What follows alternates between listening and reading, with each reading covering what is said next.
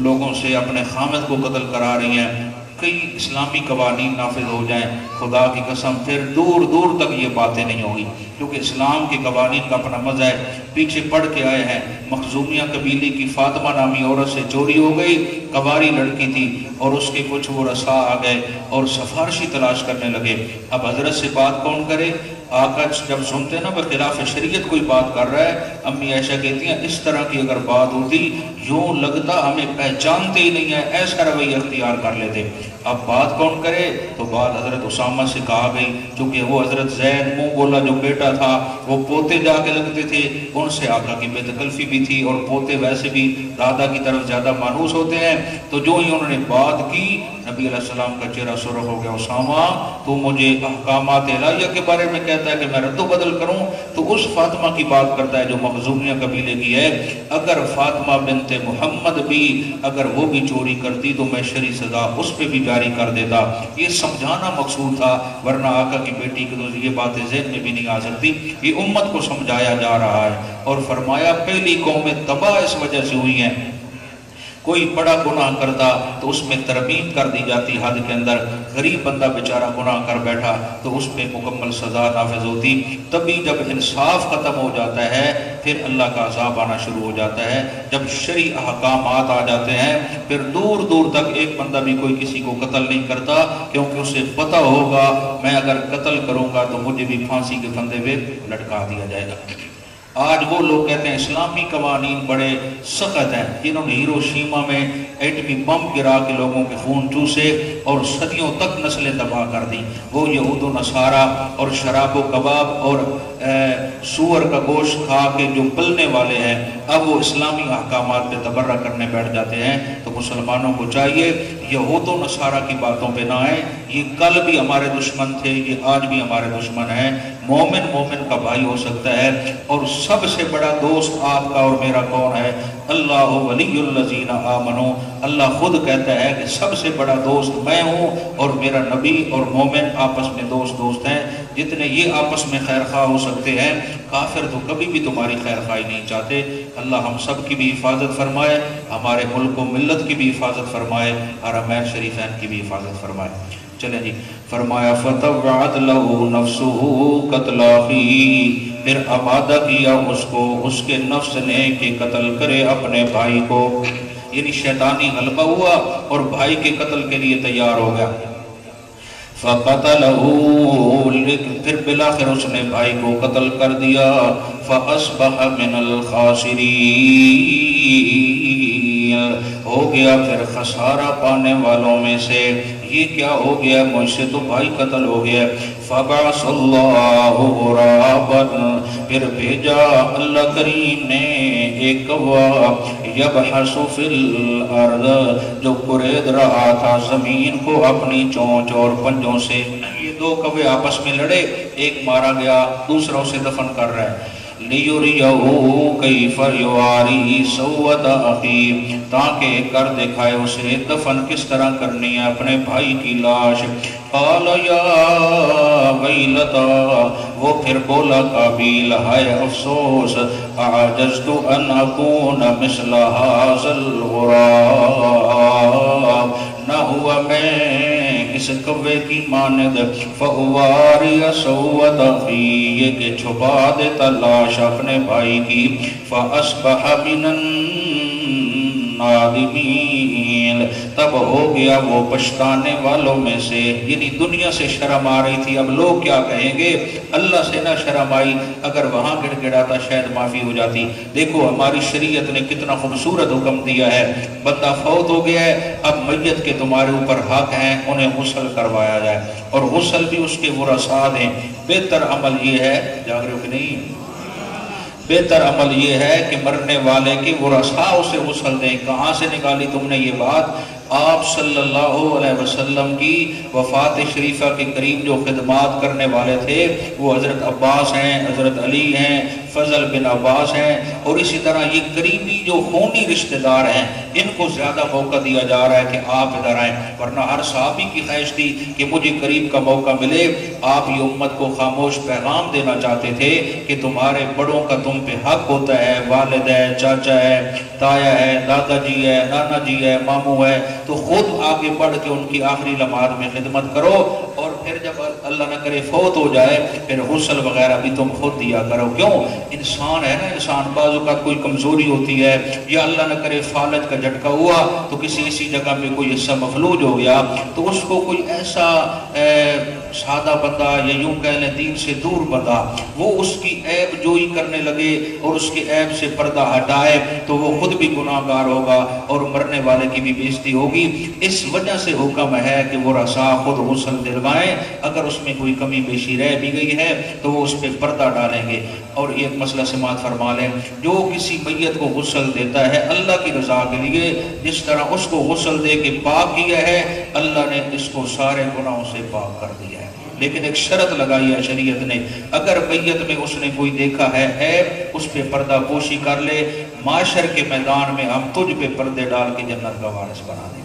وہ انتہائی لعنتی آدمی ہے جو کسی میت کی بدخوئی کرتا ہے، کیونکہ شرعی حکم ہے جو فوت ہو جائے اس کے پیچھے تو شیطان بھی رک جاتا ہے، اس پہ وہ بھی تبرہ نہیں کرتا، تو وہ انسان جو ہے وہ شیطان سے بھی ذلیل ہو چکا ہے جو میت پہ تبرہ بازی کر رہا ہے۔ تو شرعی احکامات کے اپنے برکات ہیں، حتیٰ کہ جب آقا کو قبر مبارک میں تدفین کی باری آئی تو یہ قریبی لوگ ہی تھے سر فرست، اور یہ اشارہ تھا امت کے لیے کہ یہ میت کا آخری حق ہوتا ہے لواحقین پہ کہ وہ غسل بھی دلوائیں، قبر بھی بنوائیں۔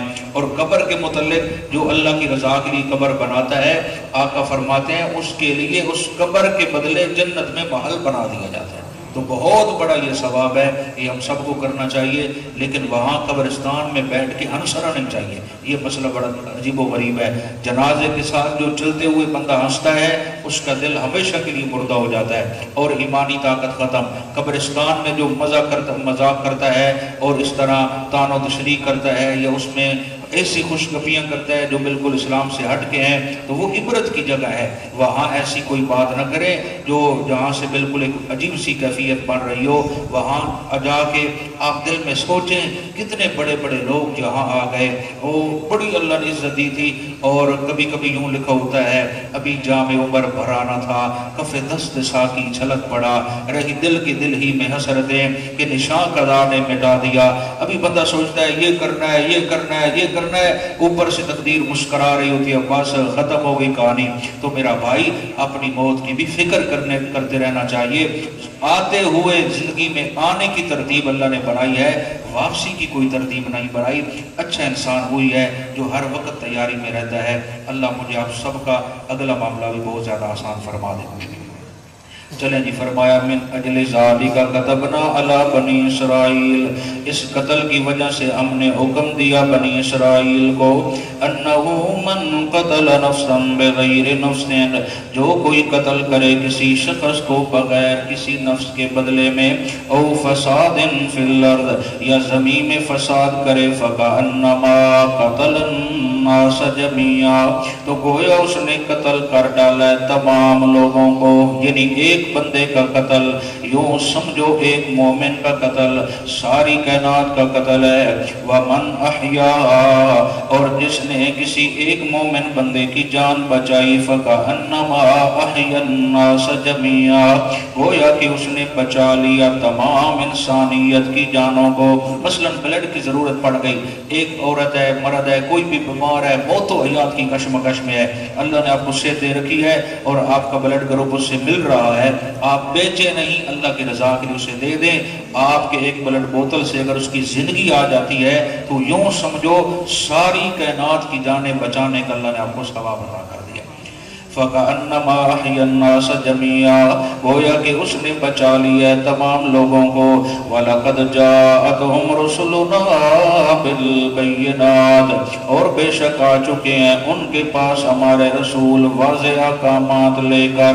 ثُمَّ إِنَّ كَثِيرًا مِّنْهُمْ، پھر بے شک ان میں سے اکثر، بعد ذَلِكَ، اس اتنے عظیم حکم کے بعد، فِي الْأَرْضِ لَمُسْرِفُونَ، لوگ بھی ہیں جو اتنے احکامات کے بعد بھی زمین میں حد سے نکل جایا کرتے ہیں، بجائے عمل کرنے کے الٹا مذاق کرتے ہیں۔ اب ایک نیا مسئلہ ہے جی، جاگ رہے ہو کہ نہیں؟ انما جزاء الذین یحاربون اللہ، بے شک یہی سزا ہے ان لوگوں کی جو جنگ کرتے ہیں اللہ کے راستے میں، ورسولہ یعنی یحاربون اللہ، جو جنگ کرتے ہیں اللہ سے، یہ بہت تفسیری ہے، ورسولہ اور اس کے رسول سے، یعنی اللہ سے تو کر نہیں سکتا، اللہ کے رسول سے جنگ کرنا گویا اللہ سے جنگ کر رہا ہے۔ وَيَسْعَوْنَ فِي الْأَرْضِ فَسَادًا، اور چلتے ہیں کوشش کرتے ہیں زمین میں فساد کے لیے۔ معنی سن لو پھر میں عرض کرتا ہوں، اَيُّقَتَّلُوا، یہ کہ قتل کیے جائیں، او یُسَلَّبُوا، یا سولی پہ لٹکائے جائیں، او تُقَطَّعَ أَيْدِيهِمْ، یا ان کے ہاتھوں کو کاٹ دیا جائے، وَأَرْجُلُهُمْ مِنْ خِلَافٍ، اور ان کے پاؤں کو مخالف سمت کاٹ دیا جائے، او يُنْفَوْا مِنَ الْأَرْضِ، یا نکال دیے جائیں وہ سرزمین سے۔ یہ چار مسئلے اکٹھے بیان کیے جا رہے ہیں، اس کا تھوڑا سا پس منظر سے مات کریں پھر آج سمجھ آئے گی۔ بنی قرینہ کے کچھ بندے آ کے ظاہراً مدینہ شریف میں انہوں نے کلمہ پڑھا، آپ صلی اللہ علیہ وسلم سے کہا جی ہم کلمہ پڑھنا چاہتے ہیں۔ قرینہ قبیلے کے یہ 8 تعداد تھی ان کی، اور انہوں نے کہا جی لا الہ الا اللہ محمد رسول اللہ، ہم گواہی دیتے ہیں اللہ کے علاوہ کوئی الہ نہیں، آپ اللہ کے سچے رسول ہیں۔ آپ کو بڑی خوشی ہوتی جب کوئی بندہ اسلام قبول کرتا کہ اللہ کرے اس کا ماشاءاللہ کام ٹھیک ہو گیا ہے، اب سیدھے راستے پہ چلے گا، جنت مل جائے گی اسے۔ لیکن یہ اندر سے کچھ اور عزائم لے کے آئے تھے۔ کچھ دن یہ رہے، انہوں نے کہا یا رسول اللہ ہمیں مدینے کی آب و ہوا ذرا موافق نہیں آ رہی، آپ ہمیں تھوڑا سا اجازت دے دیں، ہم مدینے سے بیر دیہات میں اگر تھوڑا سا رہ لیں، تاکہ ہمارا طبیعت، ہم دیہاتی لوگ ہیں، شہر میں ذرا موافق نہیں آ رہی۔ آپ نے فرمایا کوئی حرج نہیں۔ یہ پیر گئے اور وہاں پہ صدقے کے اونٹ چر رہے تھے۔ انہوں نے کیا کیا، آپ نے یہ بھی فرمایا کہ جو وہاں اونٹ چر رہے ہیں نا اٹھنیاں، ان کا دودھ پیتے رہنا، اس سے بھی اللہ تعالیٰ تمہیں صحت عطا فرمائیں گے۔ یہاں پہ راوی کو کچھ صاحب ہوا ہے کہ اس نے ساتھ یہ شامل کیا ہے کہ دودھ بھی پیتے رہنا اور ساتھ ان کا پیشاب بھی پیتے رہنا۔ جو روایت وہاں آپ کو ملے گی حدیث کی کتابوں میں، تو راوی کا یہ صاحب ہے کہ وہ کہتا ہے میں صحیح بھول چکا ہوں، آپ نے دودھ کے بارے میں کہا تھا یا پیشاب کے بارے میں، حالانکہ ایسی بات نہیں ہے۔ آپ کی زبان مبارکہ سے کبھی بھی حرام چیز کی پینے کھانے کا حکم نہیں ہو سکتا۔ تو بہرحال ہو سکتا ہے راوی کا صاحب بھی ہے۔ بہرحال آپ نے یہ فرمایا جاؤ وہ جو صدقے کے اونٹ وغیرہ چل رہے ہیں وہاں اٹھنیوں کا دودھ پی لینا اور دیہات میں رہنا، آتے جاتے رہنا۔ انہوں نے کیا کیا، جو صحابی وہاں اونٹ چرا رہے تھے ان کو قتل کر دیا اور اونٹ لے کے بھاگ گئے۔ اب جو بھاگے تو صحابہ کو پتہ چلا، انہوں نے جا کے گرفتار کر لیا، پکڑے گئے۔ اب جب پکڑے گئے تو اب شریعت ان کے بارے میں کیا کہتی ہے، اب پھر مجھے معنی کرنا پڑے گا، اب آپ بات سمجھ آئے گی۔ فرمایا انما جزاء الذین یحاربون اللہ، بے شک یہ سزا ہے ان لوگوں کے لیے جو جنگ کرتے ہیں اللہ سے، ورسولہ یعنی اس کے رسول سے، اللہ سے جنگ کرنے آئے، زہری کلمہ پڑھا، میرے رسول کو دھوکہ دیا، وَيَسْعَوْنَ فِي الْأَرْضِ فَسَادًا، اور چلتے ہیں زمین میں فساد کرنے کے لیے۔ ان کے عزائم میں تھا کہ ہم نے مسلمانوں کا نقصان کرنا ہے۔ اب کیا کرنا ہے، اَن يُقَتَّلُوا، اگر انہوں نے فقط تمہارا بندہ مارا ہے تو تم نے بھی انہیں کیا کرنا ہے، قتل کرنا ہے۔ یہ ایک مسئلہ ہے۔ اگر آنے والے بندے دھوکہ دے کے اسلام قبول کرنے والے یا کوئی بھی کافر آ کے حملہ کرتا ہے تو اگر اس نے مسلمانوں کا بندہ قتل کیا ہے، اَن يُقَتَّلُوا، تو تم بھی کیا کرو، ان کا بندہ قتل کر دو۔ نمبر 2، او يُصَلَّبُوا، یا سولی پہ لٹکا دو۔ کیا مطلب، اگر اس نے مال بھی تمہارا لیا ہے اور بندہ بھی قتل کر دیا ہے، اب انہیں سولی پہ لٹکاؤ تاکہ دنیا کو پتہ چلے کہ یہ وہ بندہ ہے جس نے یہ زیادتی کی ہے۔ او تقطع ایدیہم، یا کاٹ دو ان کا ہاتھ، یعنی صرف اس نے مال چرایا ہے، بندہ قتل نہیں کیا۔ اب کون سا ہاتھ کٹے گا، دایاں ہاتھ کٹ جائے گا۔ وَأَرْجُلُهُم مِّن خِلَافٍ، اگر بار بار ایسا کرتا ہے تو بایاں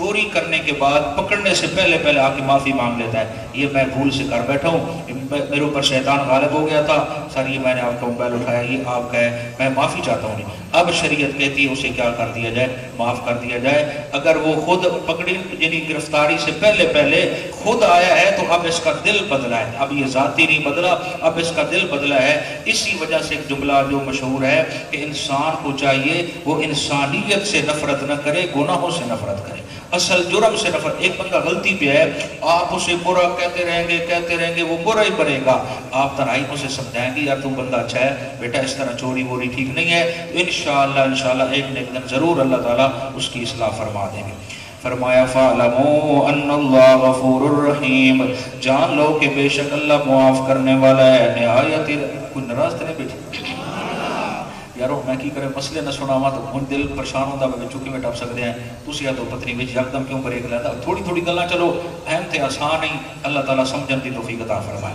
یہ بہت خوبصورت باتیں ہیں قرآن کی، آؤ تھوڑی سی آگے چلاتے ہیں بات۔ یا ایھا الذین آمنوا اتقوا اللہ، اے ایمان والو ڈرو کس سے، وابتغوا الیہ الوسیلہ، تلاش کرو اس تک پہنچنے کا کوئی اچھا عمل۔ یہاں سے آ گئے مہربان ہوئے تسی وسیلے دی کہل نہیں، ادھر دیکھو آیا وسیلہ، اب حلوہ پکانا ٹھیک، اب جناب سیویاں ٹھیک، لڈو پیڑے برفیاں ٹھیک، یہ ہیلا وسیلہ آیا کہ نہیں؟ میں نے کہا پوری آیت کا معنی پہلے مولانا صاحب سنا دیں پھر بات آگے شروع کرتے ہیں۔ میں نے ایک جملہ رکھ دیا تھا اگر آپ بھول نہیں گئے، قرآن کی کسی بھی آیت سے اگر کوئی ہیرا پھیری کرتا ہے پہلے اس آیت کا معنی سمجھو، آگے پیچھے دیکھو جواب ضرور ہوگا۔ اب ذرا معنی سنو، حلوے پوڑیاں کہاں جاتی ہیں پھر۔ یا ایھا الذین آمنوا اتقوا، ویسے نا انہاں بیچارے بھی اکدے میرے کھلے کم پھدے ہے، لوگ کوئی دیندے لیندے بھی کوئی نہیں۔ وہ کہتے ہیں وہ ایک مولوی صاحب دا پھٹا سی جس تے مردے نہ ویندا ہے، وہ ویندا ہی نہ کوئی شے آندی جاندی نہیں، بڑے دے نہیں ہوئے، کوڑا تیل لے کے پھٹے تے لا کے دھوپ تے رکھدا ہے۔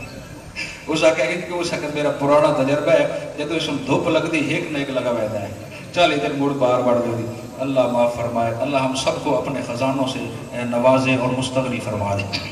یا ایھا الذین آمنوا اتقوا اللہ، اے ایمان والو ڈرتے رہو اللہ سے، وابتغوا الیہ الوسیلہ، تلاش کرو اللہ تک پہنچنے کے لیے کوئی بھی اچھے عمل کا ذریعہ، وجاہدوا فی سبیلہ، آؤ تمہیں اپنا قرب بتاتے ہیں جو سب سے زیادہ میرے قریب آنا چاہتا ہے۔ یہ الوسیلہ سے مراد ایک مقام ہے جو اللہ کے سب سے زیادہ قریب ہے، مقام وسیلہ مراد ہے۔ اگر وہاں پہنچنا چاہتے ہو آؤ تمہیں عمل بتائیں، وجاہدوا فی سبیلہ، میرے راستے میں جہاد کرو، ادھر شہادت ملے گی، میں تمہیں مقام وسیلہ عطا کروں گا، لعلکم تفلحون، تاکہ تم فلاح پا جاؤ۔ اب جہاد کرنا مشکل، حلوہ کھانا آسان، جہاد کرنا مشکل اور حلوے پڑیاں کھانا آسان۔ تو مولانا صاحب یہاں تو یہ فرمایا گیا وہ عمل تلاش کرو جس عمل کے ذریعے تمہیں میرا قرب مل جائے۔ الوسیلہ بمعنی قرب، نزدیکی، یہ خاص مقام ہے جو اللہ نے ایک کو دینا ہے، خاص طور پہ جو مقام وسیلہ ہے، مقام معبود، وہ ایک بندے کو پوری خلقت میں سے ملنا ہے، اور وہ میرے نبی نے فرمایا مجھے اللہ کی رحمت پہ یقین ہے کہ وہ اللہ نے مجھے عطا کرنا ہے، کیونکہ اللہ نے فرمایا تھا وَمِنَ اللَّيْلِ فَتَهَجَّدْ بِهِ نَافِلَةً لَكَ عَسَىٰ أَن يَبْعَثَكَ رَبُّكَ مَقَامًا مَحْمُودًا۔ میرے محبوب ہم نے آپ پہ ایک اضافی عبادت فرض کی ہے، وہ نوافل یعنی تہجد ہے، آپ اس کو اہتمام سے پڑھا کریں، کیونکہ میں چاہتا ہوں میں آپ کو معاشر میں مقام محمود کا دلہا بنا دوں۔ اور میرے نبی کیا فرماتے ہیں صلی اللہ علیہ وسلم، جو بندہ اذان سنے، اذان کا جواب دے، پھر درود شریف پڑھ کے دعائے وسیلہ پڑھے، اللہم رب ھذہ الدعوۃ التامہ والصلاۃ القائمہ الی آخری، اس میں یہ ہے اے اللہ اپنی رحمتوں سے وہ جو مقام وسیلہ ہے، آت محمدا الوسیلۃ والفضیلہ، وہ جو مقام وسیلہ اور عظمت والا فضیلت والا ہے وہ ہمارے نبی کو تو عطا کرنا۔ میرا نبی فرماتا ہے جو میرا امتی اذان کے بعد جواب اذان کا دے کے درود شریف پڑھ کے یہ میرے لیے دعا کرتا رہے گا کہ اللہ ہمارے نبی کو وہ مقام وسیلہ عطا کر دینا، معاشر میں اللہ مجھے بتاتے جائیں گے، میں اس کی شفاعت کر کے جنت میں ساتھ لے کے جاؤں گا۔ نبی تو کہتے ہیں میرے لیے دعا کرنی ہے، سمجھ رہے ہو کہ نہیں؟ آقا تو فرماتے ہیں میرے لیے دعا کرنی ہے، یہ کہتا ہے ادھر دربار پہ جا کے وہاں دعا کر اور تیری قسمت کھل جائے گی۔ ذرا ایک حوالہ دکھانا چاہتا ہوں، سورۃ بنی اسرائیل ہے، 15واں پارہ ہے، آیت نمبر 57 ہے۔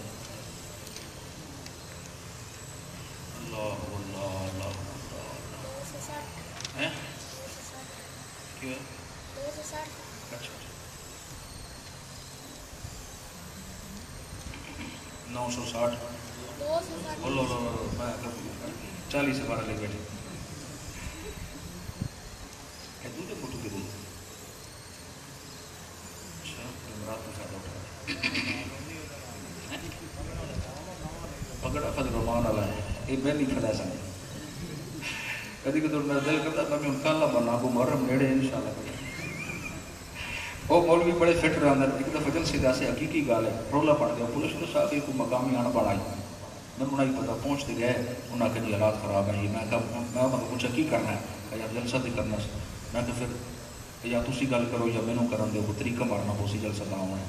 خیر وہ وہاں پہ ان سے اجازت لی کہ دعا کرانا چاہتا ہوں، بس جلسہ ختم، دعا کی اجازت آپ دے دے آپ کے لیے پورے ملک کے لیے سب کے لیے۔ انہوں نے کہا ٹھیک ہے دعا فرمائیں۔ میں حضرت آدم کی میں دعا مانگی ربنا سولا تھی، ادھر حضرت ایوب کی، حضرت یوسف، جو مجھے دعائیں آتی تھی تقریباً 45 منٹ 50 منٹ وہ ہاتھ کھڑے ہیں اس طرح کل سالہ کے لیے آئے جلسہ کی نکل ہوتا ہے، وہ دعا دی اجازت اب بھی نہ پر دعا دے نال دعا بھی ہو گئی جلسہ ختم۔ جو دوسرے مولانا صاحب میرے ساتھ ہیں، میں نام لینا بہتر نہیں ہے، وہ ساتھ جو بیٹھے تھے تو میں تو اکثر چونکہ یہ سنت سمجھ کے مانتا ہوں کیونکہ آقا کی طرف سے یہ ایک بہت بڑی سنت ہے اور اس میں علماء نے کچھ فائدے بھی لکھے ہیں، تو وہ ٹوپی تھی ان کی، ٹھیک ہے وہ بھی عمل کی ٹوپی بھی تھی، وہ ٹوپی جو مجھے نظر آ رہی تھی وہ سرخ تھی، جب حالات خراب ہوئے نا بعد میں دیکھا تو سبز، میں نے کہا جی بھی ٹوپی نہیں بتائی، ویکھیا تو ٹوپی برتائی اتوں سرخ آئی بچوں سبز آئی، اس آگے بھائی میں تو لے کے سے واسطے جو حالات خراب ہوا دستی بدلاؤ اللہ اکبر، میں آگے تو جنگ ڈک رہا ہوں۔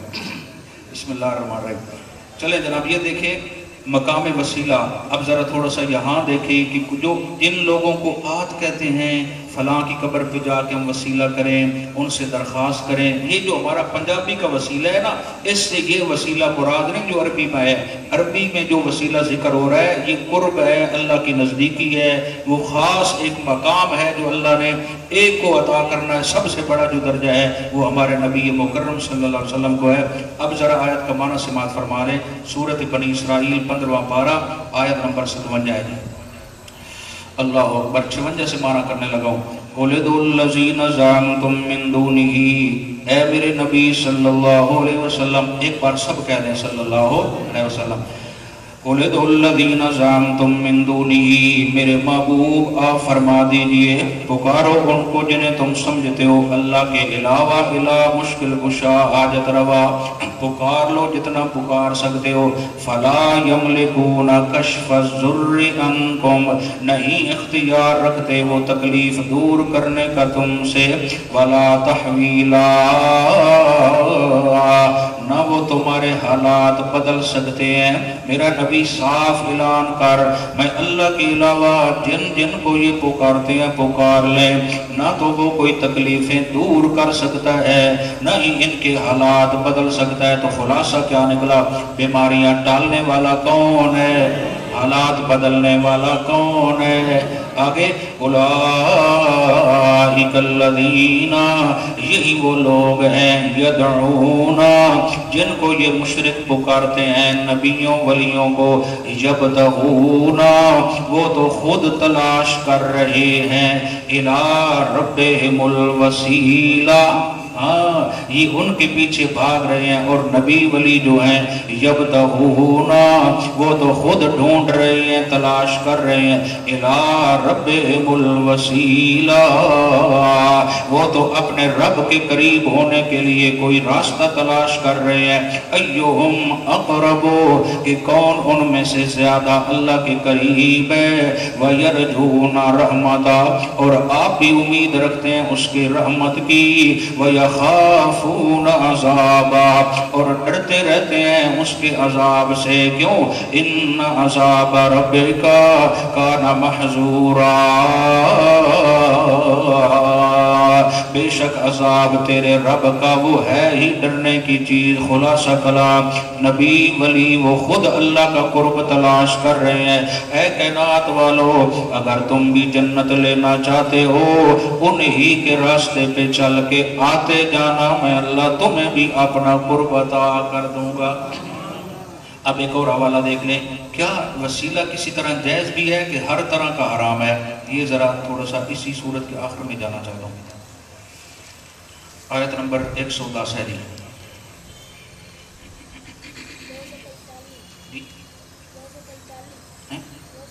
245، چلو جی 2 4 5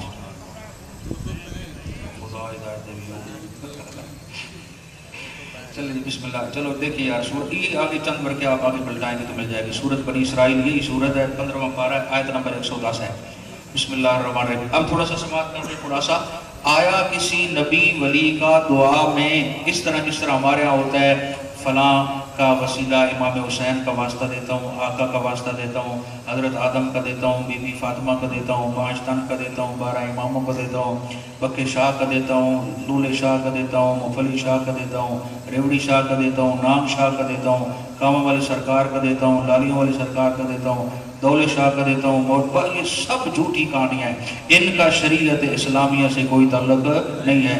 اگر کسی نبی ولی کا دعا میں یوں واسطہ دے کے دعا مانگنا ہوتا تو آقا بھی دعا اسی طرح کرتے اور صحابہ کو بھی طریقہ سمجھاتے۔ اب ایک پہلے یہ سنیں کون سا واسطہ وسیلہ جائز ہے۔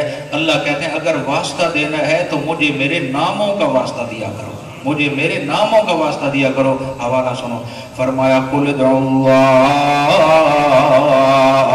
کہہ دیجئے میرے محبوب صلی اللہ علیہ وسلم اللہ کر کے پکارو۔ یہ جو اللہ ہے یہ میرے اللہ کا اسم ذاتی ہے، یہ اسم ذاتی ہے، باقی صفاتی نام ہے۔ قل ادعوا اللہ، کہہ دیجئے اللہ کر کے پکارو، ادعوا الرحمن، یا رحمان کر کے پکارو، اللہ کر کے مجھے پکارو، یا رحمان کر کے پکارو۔ ایما تدعو، جو بھی کہہ کے پکارو گے، فَلَهُ الْأَسْمَاءُ الْحُسْنَى، اسی کے سارے نام بڑے اچھے ہیں۔ مجھے رحمان کر کے پکارو، رحیم کر کے پکارو، کریم کر کے پکارو، حنان کر کے پکارو، منان کر کے پکارو، ستار کر کے پکارو، غفار کر کے پکارو۔ میرے سارے نام بڑے خوبصورت ہیں، جو تمہاری زبان پہ آسان لگے اسی نام سے مجھے یاد کرنا تمہارا کام ہے، تمہاری جھولیوں کو بھر دینا میرا کام ہے۔ میرے نبی صلی اللہ علیہ وسلم پہ جب مشکل گھڑی آتی تو آپ فرماتے یا حیو یا قیوم برحمتک استغیث، اے ہمیشہ سے زندہ ہمیشہ زندہ رہنے والے، اے خود بھی قائم ساری کائنات کو قائم رکھنے والے، ہم تجھے تیری رحمت کی درخواست کرتے ہیں، ہماری مدد فرما۔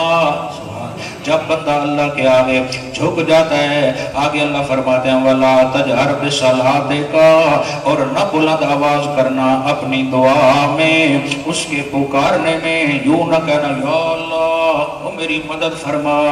اس طرح کچھ صحابہ کی زبان سے جب نکلا تو آقا نے منع فرمایا تم اس کو نہیں پکار رہے کہ جو بہرا ہے، وہ تو دل کی حالات کو بھی جاننے والا ہے۔ یا امی عائشہ نے منع کیا وَلَا تَجْهَرْ بِصَلَاتِكَ، نہ بلند آواز کرو اپنی دعا میں، وَلَا تُخَافِتْ بِهَا، نہ اتنی پست کرو کہ تمہیں بھی پتہ نہ چلے کہ کیا کہہ رہے ہو۔ ایک بہت بڑا چونکہ لجپال کے آگے تم نے بات کرنی ہے اس کی تعریف کرو۔ اب دعا کا اصل طریقہ سمجھ لو، پہلے درود شریف پڑھو، پھر اللہ کی حمد و ثنا کرو، پھر اس کی بڑائی کبریائی بیان کر کے پھر اپنی عاجزی کو سامنے رکھ کے پڑھ لو۔ درود وہ عبادت ہے جس کے قبولیت میں شک کی گنجائش نہیں ہے۔ اوپر بھی مہر درود کی، دعا کے نیچے بھی مہر درود کی، جب اوپر نیچے والا عمل قبول ہونا ہے تو انشاءاللہ درمیان والا عمل بھی قبول ہو جائے گا۔ بات سمجھ آ رہی ہے؟ تو آپ اللہ کی صفاتی ناموں کا واسطہ دیا کریں، سمجھ آ رہی ہے کہ نہیں؟ اور اس کے علاوہ بھی کوئی اجازت ہے شرعی طور پہ، ہاں اگر آپ نے کوئی ایسا عمل اللہ کی رضا کے لیے کیا ہوا ہے، آپ اس کو تنہائی میں کہہ سکتے ہیں مولا وہ عمل فقط میں نے تیرے لیے کیا تھا، اگر تجھے پسند آ گیا ہے وہ میرا عمل تو یہ میرا کام اپنی رحمت سے فرما دے، اس کی کوئی شرعی دلیل ہے؟ او غار والے ترے بندے سمجھ رہے ہو کہ نہیں؟ او ڈکے گئے بیچارے ویندے بیان تے آ گئے پتھر تے بدل گرجن تے اولے برسان، بالآخر سب نے دعائیں فرمائی، پیچھے جو میں عرض کر چکا ہوں۔ خلاصہ تن کچھ یوں تھا، ایک بندہ کہتا ہے مولا میں نے مکان بنوایا، کچھ پیسے رہ گئے تھے، میں نے بکری خریدی، ریوڑ بن گیا، میں نے اس کو واپس دے دیا، وہ اتنا خوش ہوا، مزدور جو تھا دعائیں دیتا چلا گیا۔ مولا اگر یہ عمل فقط تیری رضا کے لیے تھا، اگر تجھے پسند آ گیا ہے تو ہماری مشکل کو کیا کر دے، آسان کر دے۔ اللہ نے پتھر کا آگے سرکا دیا۔ دوسرا کہنے لگا مولا مجھے شیطان کا غلبہ تھا اور میں لڑکی کے قریب گیا، اس نے پیسے بھی دیے اس کو، اس نے کہا مجھ سے نہیں ڈرتا اللہ سے ڈر، مولا میں تجھ سے ڈر کے پیچھے ہٹ گیا، اگر میرا یہ عمل تجھے پسند آ گیا ہے تو تو میری یہ مشکل آسان کر۔ اللہ نے اور پتھر کو آگے سرکا دیا۔ تیسرا وہ تھا جو اپنے والدین کی دل سے خدمت کرتا تھا، اب جب اس نے دعا کی اللہ نے فرمایا جہاں والدین کا صحیح فرما بردار ہو وہاں میں زیادہ دیر پریشان نہیں رہنے دیتا، میں اپنی رحمتوں سے آسانیاں پیدا کر دیا کرتا ہوں۔ تو دوستو اس سے یہ سمجھ آتا ہے کہ زندگی میں کچھ ایسے عمل ہونے چاہیے جو بندے کو آگے کام آئیں، معاشر میں بھی کام آئیں اور دنیا کے اندر بھی کام۔ ٹائم تو بھی ہے نہیں، تھوڑا سا پڑھ نہ لیں کیا آج ویل نہ دعا کر لیں، کیا صلاح ہے؟ پڑھنا چاہیے ویسے، اگر تھکے نہیں بیٹھے تو بس سبحان اللہ تو سبحان اللہ۔ اچھا جناب، تو فرما یہ جو آڑا وسیلہ ہے نا پنجابی میں ساڑی تیرے اگے تو تیری انہاں دے اگے تو انہاں دی آگے آگے، یہ شرعی طور پہ اس کی اجازت قطر نہیں ہے۔ ایک روایت آتی ہے اس کو ذرا ذہن میں بٹھا لیں، حضرت آدم علیہ السلام کی توبہ قبول نہیں ہو رہی تھی تو انہوں نے عرش الہی پہ لکھا ہوا دیکھا تھا لا الہ الا اللہ، دوسری طرف تھا محمد رسول اللہ، تو حضرت آدم نے آقا کا واسطہ وسیلہ دیا نا تو پھر توبہ قبول ہو گئی۔ یہ سب من گھڑت اور موضوع روایتیں ہیں جن کا سر پاؤں نہیں ہے، جبکہ شیخ الحدیث مولانا زکریا صاحب رحمۃ اللہ علیہ نے بھی اس کو اپنی کتاب میں نیچے عربی میں لکھ دیا کہ یہ موضوع اور من گھڑت ہے، جبکہ لکھا عربی میں، اب کون عربی پڑھے اور کون اس کا ترجمہ کرے، اوپر ساری بات لکھی ہوئی ہے، دوست اسی پڑھ کے وہاں گھوڑے بھگا دیتے ہیں اور عقائد و نظریات کا بیڑا غرق کر دیتے ہیں، جبکہ حضرت جی نے اپنی بات پوری کر دی تھی، کاش کہ اس کا کوئی نیچے ترجمہ اردو میں لکھ دے تاکہ ہر چھوٹے موٹے کو بھی بات سمجھ آ سکے۔ تو یہ سب ضعیف موضوع من گھڑت بات ہے۔ اللہ کہتے ہیں فَتَلَقَّى آدَمُ مِن رَبِّهِ کلمات، میں نے حضرت جی کو چند کلمے سکھائے، روایت کہتی ہے خود پڑھے، یہ خود تضاد ہے، اللہ نے سکھائے، القرآن یفسر بعضہ بعضا، قرآن اپنی تفسیر خود کرتا ہے، 8ویں پارے میں پڑھیں گے انشاءاللہ۔ حضرت جی نے وہ جملے کیا پڑھے تھے جو اللہ نے سکھائے تھے، ربنا ظلمنا انفسنا وان لم تغفر لنا وترحمنا لنکونن من الخاسرین، اے اللہ ہم کمزور ہیں، ہم سے بھول ہو گئی ہے میاں بیوی سے، تو معاف نہیں کرے گا تو کون معاف کرے گا، تجھے تیری رحمت کا واسطہ ہے ہماری خطائیں معاف فرما دے۔ تو پھر سلو ہو گئی۔ اور سنو مسئلہ شریعت کا، میں اپنے اللہ کو حاضر ناظر سمجھ کے ایک بات کہنا چاہتا ہوں، اگر رب محمد کی قسم ہے میرے نبی کے واسطے وسیلے کی وجہ سے حضرت آدم کی دعا قبول ہوئی ہوتی، میرا ایمان ہے اس کو اللہ قرآن کا حصہ بنا کے امت کے لیے نازل کر دے کہ میاں ان کی دعا قبول نہیں ہو رہی تھی، انہوں نے بھی تمہارے نبی کا واسطہ وسیلہ دیا تھا، اور ضروری نہیں کہ ہر بات قرآن میں ہو، آقا ضرور صحابہ کو وہ آیت کی تفسیر سمجھاتے سمجھاتے بتاتے کہ میاں اندر کی بات یہ ہے کہ ان کی بھی دعا قبول نہیں ہو رہی تھی، انہوں نے میرے نام کا واسطہ وسیلہ دیا۔ پورے ذخیرہ حدیث میں ایک بھی باسند صحیح روایت صحیح موجود نہیں ہے۔ رہ گئی یہ بات کہ چلو اب زندگی میں تو نہیں تھا، اب استشفاء عند القبر تو ٹھیک ہے نا، قبر مبارک پہ جا کے دعا کروائی جائے، تو یہ طریقہ بھی صحابہ کا نہیں ہے۔ صحابہ کو جب مشکل آتی تو میرے نبی سے کہتے دعا کرواؤ، یہ مسئلہ الگ ہے۔ آپ کسی بھی عالم دین سے دعا کروائیں، اپنے والد صاحب سے دعا کروائیں، اپنے سے بڑے سے دعا کروائیں، حتیٰ کہ اپنے سے چھوٹے سے بھی دعا کروائیں۔ اس کی دلیل حضرت عمر عمرے پہ جا رہے ہیں، یا رسول اللہ میں عمرے پہ جانے لگا ہوں، آپ نے فرمایا اچھا مجھے بھی وہاں اپنی دعاؤں میں یاد رکھنا، مجھے بھی اپنی دعاؤں میں یاد رکھنا۔ دعا کے لیے یہ شرط ہے کہ زندہ کسی بھی نیک بندے سے آپ دعا کروا سکتے ہیں، کسی کو بھی کہہ سکتے ہیں میرے لیے دعا فرماؤ۔ اب وفات شریفہ کے بعد اس کی درجات کی بلندی کے لیے تو دعا ہوگی، اب اسے نہیں کہا جائے گا کہ تو مجھے اللہ سے لے کے دے، یہ کر وہ کر۔ اس طرح بخاری شریف میں روایت موجود ہے، حضرت عمر کے دور میں قحط سالی ہو گئی، تھک تو نہیں گئے، بارشیں بند ہو گئی۔ ایک بار بارشیں بند تھی تو آقا ممبر پہ تھے، ایک صحابی کھڑے ہو گئے، یا رسول اللہ بارش بند، جانور مر رہے ہیں، بھوک پیاس ہے، قحط سالی ہے۔ آپ نے دعا فرمائی، صحابہ کہتے ہیں دور دور تک بادل نظر نہیں آ رہے تھے، دھڑم بادل آئے اور بارش شروع ہو گئی، اور جمعہ پڑا، لوگ بھاگ رہے تھے، آقا مسکرا رہے تھے، ابھی بارش مانگ رہے تھے اور ابھی لگے بھاگنے۔ پورا ہفتہ بارش رہی، اگلے جمعے وہی بندہ یا کوئی اور کھڑا ہو کے کہتا ہے یا رسول اللہ ہمارے تو مکان گرنے والے ہیں، آپ اللہ سے کہیے نا یہ بادل کہیں اور لے جائے۔ آپ نے دعا فرمائی، اللہ نے بادلوں کا رخ اور پھیر دیا۔ یہ ہے طریقہ کار۔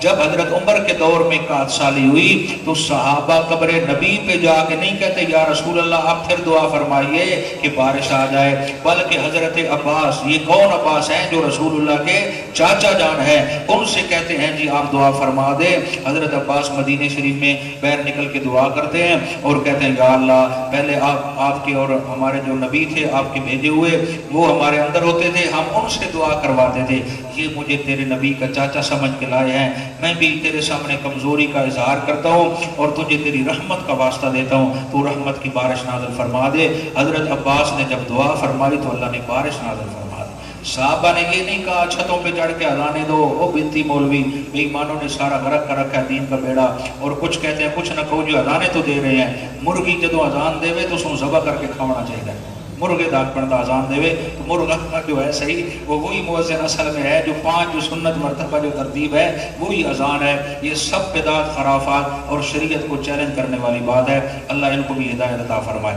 اب مسئلہ سماعت فرمائے، عرض کر چکا ہوں کہ زندگی میں کسی نبی ولی چھوٹے سے دعا کروانے کی اجازت ہے، وفات شریفہ کے بعد اس کی قبر پہ جا کے دعا کرنا، یہ کہنا کہ میرے لیے دعا کرو یا واسطہ وسیلہ پیش کرنا، یہ شرعی طور پہ جائز نہیں ہے۔ یہاں اس آیت کے اندر جو ہے یہ عمل کے متعلق کہا گیا، کوئی ایسا عمل کر کے آؤ کہ میں اللہ کا تمہیں قرب مل جائے۔ دلیل آگے وجاہدوا فی سبیلہ موجود ہے، میرے راستے پہ جہاد کرو گے اور ادھر شہادت ملے گی اور میں اللہ تمہیں جنت عطا کروں گا۔ ایک دو آیتوں کا معنی سنیں پھر آگے چلتے ہیں۔ ان الذین کفروا لو ان لهم ما فی الارض جميعا، بے شک جن لوگوں نے کفر کیا اگر ہو ان کے پاس ما فی الارض جميعا جو کچھ زمین میں ہے سب کچھ، سننا بڑی توجہ کے ساتھ، ومثلہ معہ اتنا ہی اگر وہ اور لے کے آئے، معاشر کے میدان میں اگر کوئی مشرک و کافر کہے گا اللہ یہ زمین بھر سونا لے لے، اتنا ہی اور لے لے، مجھے چھوڑ دے، لیفتدو بھی، یہ اتنے خزانے دے کہ وہ اپنے آپ کو چھڑانا چاہتا ہے، من عذاب یوم القیامہ، وہ چاہتا ہے کہ میں قیامت والے دن کے عذاب سے بچ جاؤں۔ آگے جوابت ہے ما تقبل منہم، ہرگز یہ بات قبول نہیں کی جائے گی، یہ زمین بھر سونا خزانے اتنے ہی اور بھی کوئی لے کے آ جائے گا، اگر شرک و کفر پہ مرے گا تو اسے جنت، بولو ایک کہتا بادشاہ دوسرا نو کٹا دے اسی پیر تے پیر رکھا کے تینوں ٹپا دے سن، میں کٹا پیسن صحیح لیکن اس نے جہنم دی پولی دی وچ سٹے سن، وَلَهُمْ عَذَابٌ عَلِيمٌ، اور ان کے لیے دردناک عذاب ہے۔ دوستو جہاں مسئلہ توحید ہے، عقیدہ ہے، جو آقا کی ختم نبوت کا مسئلہ ہے، اس میں کوئی کمپرومائز نہیں ہے، اگر کریں گے تو اپنی آخرت خراب کریں گے۔ یریدون ان یخرجوا من النار، وہ چاہیں گے کہ نکل جائیں آگ سے، بیچارے چاہیں گے ہمیں کوئی جہنم سے نکالے، وما ہم بخارجین منہا، مگر وہ نہیں نکل پائیں گے اس سے، ولہم عذاب مقیم، کیونکہ ان کے لیے دائمی عذاب موجود ہے۔ یہی رکو یا آگے چلے جاؤں تھوڑا سا، آیت نمبر 40 تک جانا چاہتا ہوں، کتنا ٹائم رہتا ہے؟ 5 منٹ، 5 منٹ ہو جائے گا، ہوگا انشاءاللہ۔ والسارق والسارقہ، تھکے اتنے میں بیٹھے، والسارق والسارقہ، اور چوری کرنے والا مرد، والسارقہ، اور چوری کرنے والی عورت، عورتوں بھی چوری کر دیا، ہاں کیسے چوری کر دیا؟ خامد کی جیب اڑا لی، وہ چوری نہیں ہے، تسی دیوڑے نہیں تو نہیں کرنے، وہ چوری شوری کو شک چھک کے رکھو، کچھ میں نہیں دیتے کو وَالسَّارِقُ اللہ. اب مسئلہ ذرا سنیں، یہاں جو فرمایا نا چوری کی بات آئی تو وَالسَّارِقُ مرد کو پہلے بیان کیا. جہاں سورۃ نور میں پڑھیں گے الزانیۃ والزانی، وہاں عورت کو پہلے لے کے آئے، مرد کو بعد میں لے کے آئے. یہ کیا کلام ہے؟ چوری کی بات آئی تو مرد کو پہلا نمبر دیا کہ یہ اس کام میں ٹیٹی ہوتا ہے، وہ بیچاری تو کبھی مجبوراً اس کا کوئی داؤ لگے. تو جب زنا کی باری آئی پھر عورت کو خطاب کیا. اس کی وجہ کیا بتائی؟ اشارہ کیا اگر عورت خود نہ چاہے نا، ساری دنیا بھی اس کی دشمن بن جائے، اس کی عزت آبرو پہ کوئی حملہ نہیں کر سکتا. اس لیے وہاں عورت کو پہلے خطاب کر کے اسے سمجھایا بی بی جو مور اللہ کریم کی طرف سے لگی ہوئی ہے، نکاح کے ذریعے تو وہ ٹوٹے تو سو ٹوٹے، وہ ثواب ہے. اگر اس کے علاوہ کوئی تجھے یہ پاپڑ بیلے میں وہ سب سے بڑا وہ دشمن اور بھیڑیا ہے جو تیری عزت پہ حملہ کرنا چاہتا ہے. لہذا اے مسلمان بی بی اپنی عزت و ناموس کی حفاظت کر اور باپردہ رہا کر. اور جو زنا کرتا ہے انتہائی لعنتی آدمی ہے، اس پہ اللہ کی لعنت برستی ہے. اور زنا فقط میرا بھائی یہ گناہ نہیں، یہ قرض ہے. زانی بندے کو اس وقت تک اللہ موت نہیں دیتا جب تک اس کی گھر میں یہ کام ہوتا ہوا نہ دکھا دے. اس لیے حیدر کرار فرماتے تھے جو یہ چاہتا ہے کہ میری چار دیواری اور عزت و ناموس کی حفاظت رہے، زنا تو کجا لا تقرب الزنا. اللہ نے یہ نہیں کہا زنا نہ کر، فرمایا زنا والے راستے کے بھی قریب نہ جا، بد نظری کی طرف بھی نہ جا. آنکھیں جھکا کے رکھا کر، کسی غیر محرم پہ اپنی نظریں دور نہیں ڈالے گا جو میرا رب ناراض نہ ہو جائے. حیدر کرار فرماتے ہیں تو اپنی نظریں جھکائے گا، اللہ فرشتوں کے ذریعے تیری عزت و ناموس کی حفاظت فرمائے گا. بات ایک آگئی ہے، چلو یہی روک سکتا ہوں. ایک تاجر تھے، کپڑے کا کام کرتے تھے. گھر میں آئے ایک دن تو بڑے پریشان، گھر میں دیکھا بیوی پریشان بیٹھی ہے. کیا ہوا ہے؟ کہا آج میں بڑی پریشان ہوں. پھر بھی کیا ہوا؟ مسئلہ کیا؟ کہا یہ بیٹا چھوٹا سا بچہ تھا ہمارے گھر میں، ہم نے اسے بیٹا بنا کے رکھا ہوا تھا، اتنا ہم محبت کرتے تھے. آج جب میں نے کھانا شانے سے دیا ہے اس نے عجیب طریقے سے میرا ہاتھ پکڑا ہے. عجیب تقریب، مجھے بڑا عجیب لگا کہ میں نے تو اسے بیٹا بنا کے رکھا ہوا ہے اور یہ کس طریقے سے میرا ہاتھ پکڑ رہا ہے. آگے سے اس کے آنسو نکل آئے. کہا بی بی جب سے میں نے دکان بنائی تھی نا کپڑے والی، عورتیں تو آتی تھی، آج مجھ سے مسٹیک ہو گئی تھی. ایک عورت کو کپڑا پکڑاتے ہوئے میں بے خیالی میں میرا ہاتھ اس کے ہاتھ سے ٹچ ہو گیا اور مجھے یہ ذہن میں دل میں پریشانی تھی کہیں ایسا نہ ہو کہ آج مجھ سے بھول ہوئی ہے، میرے گھر میں بھی یہ معاملہ نہ ہو جائے. تو یہ تو پریشان نہ ہو، جو میں نے کیا تھا اللہ نے مجھے دکھا دیا. جو بندہ یہ چاہتا ہے کہ میری عزت و ناموس محفوظ رہے، اپنے اندر تقوی پرہیزگاری کا جذبہ پیدا کر لے، انشاءاللہ اس کی عزت کی حفاظت اللہ خود ہی کریں گے. تو مانا کر لوں آگے یہ ختم. والسارق والسارقہ، چوری کرنے والا مرد اور چوری کرنے والی عورتیں، فقطعوا ایدیہما، کاٹ دو ان دونوں کے ہاتھ، جزاء بما کسبا، سزا اس کی جو انہوں نے کیا ہے. 10 درہم کے برابر اگر مال ہو تو پھر سزا جو ہے وہ ہاتھ کاٹا جائے گا. اس سے کم اگر ہو تو پھر جو قاضی ہے وقت کا وہ فیصلہ کرے گا. جی جزاء بما کسبا، سزا ہے یہ اس کی جو اس نے کی ہے. نکالا من اللہ، یہ عبرت ہے اللہ کریم کی طرف سے. گویا مرد بھی چوری نہ کرے اور عورت بھی چوری نہ کرے. واللہ عزیز حکیم، میرا اللہ بڑا غالب ہے، بڑی حکمت والا ہے. فمن تاب من بعد ظلمہ، پھر جس نے توبہ کی اس ظلم کے بعد، واصلح، اور آئندہ اپنی زندگی میں اصلاح پیدا کر لی، فإن اللہ یتوب علیہ، بے شک اللہ توبہ قبول کرتا ہے. ان اللہ غفور الرحیم، بے شک میرا اللہ بڑا بخشنے والا ہے، بڑا ہی مہربان. ایک آیت اور، الم تعلم، کیا تو نہیں جانتا کہ ان اللہ لہ ملک السماوات والارض، کہ اللہ ہی کی بادشاہی ہے آسمانوں کے اندر اور زمین کے اندر. یعذب من یشاء، وہ جسے چاہتا ہے عذاب دیتا ہے. اس نے اپنی چاہت کا اظہار کر دیا ہے. کافر مشرک اسی پہ مرے گا، بغیر توبہ کے تو عذاب ملے گا. وَيَغْفِرُ لِمَن یشاء، اور بخش دے گا جسے چاہے گا. توحید و سنت پہ مرے گا، اچھے عمل کرتا مرے گا تو اللہ انشاءاللہ اسے جنت عطا کریں گے. واللہ علی کل شیء قدیر، اور ہے میرا اللہ پوری چیز پر ہر طرح قدرت رکھنے والا. اللہ یہ چھوٹے جملے قبول کرے. باقی انشاءاللہ کل عصر میں پڑھیں گے جی. کل انشاءاللہ عصر میں مسئلہ جاءکم من اللہ نور پہ بات ہوگی. آپ اپنے دوستوں کو بھی دعوت دیں اور یہ مسئلہ سمجھنے والا ہے کہ اس کی حقیقت کیا ہے. اور جمعے پہ انشاءاللہ مغفرت کے متعلق بات ہوگی جو کہ مغفرت کا عشرہ چل رہا ہے. اپنے دوستوں کو بھی دعوت دیا کریں, خود بھی جلدی تشریف لایا کریں. اللہ مجھے آپ سب کو قرآن و سنت سمجھ کے عمل کی توفیق عطا فرمائے. الحمدللہ رب العالمین والعاقبۃ للمتقین والصلاۃ والسلام علی خیر خلقہ سیدنا محمد وآلہ وصحبہ وآل بیتہ وذریتہ اجمعین. اللہ ہم سب کے صغیرہ کبیرہ گناہ معاف فرما دے. جو کچھ کہا سنا گیا عمل کی توفیق عطا فرمائے. جتنے شرکائے محفل ہیں سب کی جائز حاجات غیب سے پوری فرمائے. جتنے مسلمان فوت ہو گئے ہیں اللہ ان کی مغفرت فرما دے. ہمارے بھائی ملک رمضان صاحب کی ہمشیرہ محترمہ پچھلے دنوں انتقال کر گئی تھی, اللہ ان کی مغفرت فرما دے. اور یہ بھی کچھ دنوں سے بیمار رہتے ہیں, اللہ ان کو بھی شفاء تامہ عطا فرمائے. تمام جتنے اہل ایمان ہیں خصوصی طور پہ اللہ ان پہ رحمتوں کا نزول فرمائے اور تمام بیماروں کو شفاء تامہ عطا فرمائے. جتنے مسلمان فوت ہو گئے ہیں اللہ ان کی مغفرت فرمائے. سب کی جائز حاجات غیب سے پوری فرمائے. سب کو وسیع حلال کا رزق عطا فرمائے. اور یہ مغفرت والا عشرہ ہے, اللہ اپنی رحمتوں سے ہم سب کی مغفرت فرما دے. صغیرہ کبیرہ گناہ معاف فرمائے. رب ارحمہما کما ربیانی صغیرا. ربنا هب لنا من ازواجنا وذریاتنا قرۃ اعین واجعلنا للمتقین اماما. اللهم صل علی سیدنا و مولانا محمد وعلی آل سیدنا مولانا محمد وبارک وسلم ثم صل علیہ. ربنا تقبل منا انک انت